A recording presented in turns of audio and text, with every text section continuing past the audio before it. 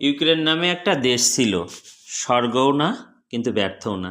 যা ছিল তা বাংলাদেশের চেয়েও অন্তত 30 গুণ বেশি উন্নত। তারপর কি হলো? মার্কিন দ্বীপ স্টেট সেখানে ঢুকলো, অরেঞ্জ বিপ্লব ঘটালো, রুশপন্থী সরকার ফেলে দিয়ে একজন মার্কিনপন্থী কমেডিয়ানকে রাষ্ট্রপতির চেয়ারে বসালো। নাম আমাদের সবার জানা। ক্ষমতায় বসেই সেই ব্যক্তি তার প্রভুদের খুশি করতে রাশিয়ার সীমান্তে সীমান্তে উস্কানি দিতে থাকলো।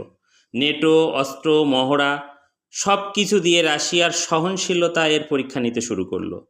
রাশিয়ার এই অংশটা দখল করে নেব, ওই অংশটা কেটে নেব, এমন হুমকি দিতে থাকলো।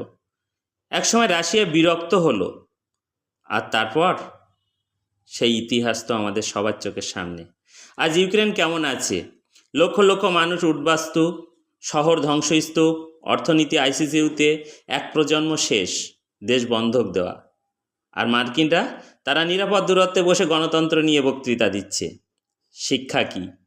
প্রতিবেশী যদি আমাদের চেয়েও বড় হয়, সামরিক শক্তিতে যদি পরাক্রমশালী হয়, তাহলে তাকে ভাবতেই হবে এমন কোনো কথা নেই। কিন্তু হিসাব না করে হুমকি হামকা দিয়ে যাওয়া মানেই আত্মহত্যা। বাংলাদেশ তুলনায় নয়, ভারত তো পুরো দক্ষিণ এশিয়ায় পরাক্রমশালী দেশ। আপনি ভারতকে পছন্দ করেন না, সমস্যা নেই, কিন্তু প্রশ্ন হলো, আপনি যদি কথায় কথায় ভারতকে হুমকি দেন, তার রিয়াকশন সামাল দেওয়ার ক্ষমতা আপনার আছে তো? 7 সিস্টার দখল করে নেবেন, দূতাবাস বন্ধ করবেন, উস্কানি দেবেন, ভারত কি বসে বসে আঙুল চুষবে নাকি পাল্টা আঘাত করবে? আর তখন এই পৃথিবীতে আপনাদের এমন কোনো মিত্র দেশ আছে যে ভারতের বিরুদ্ধে দাঁড়িয়ে আপনাদের জন্য যুদ্ধ করবে?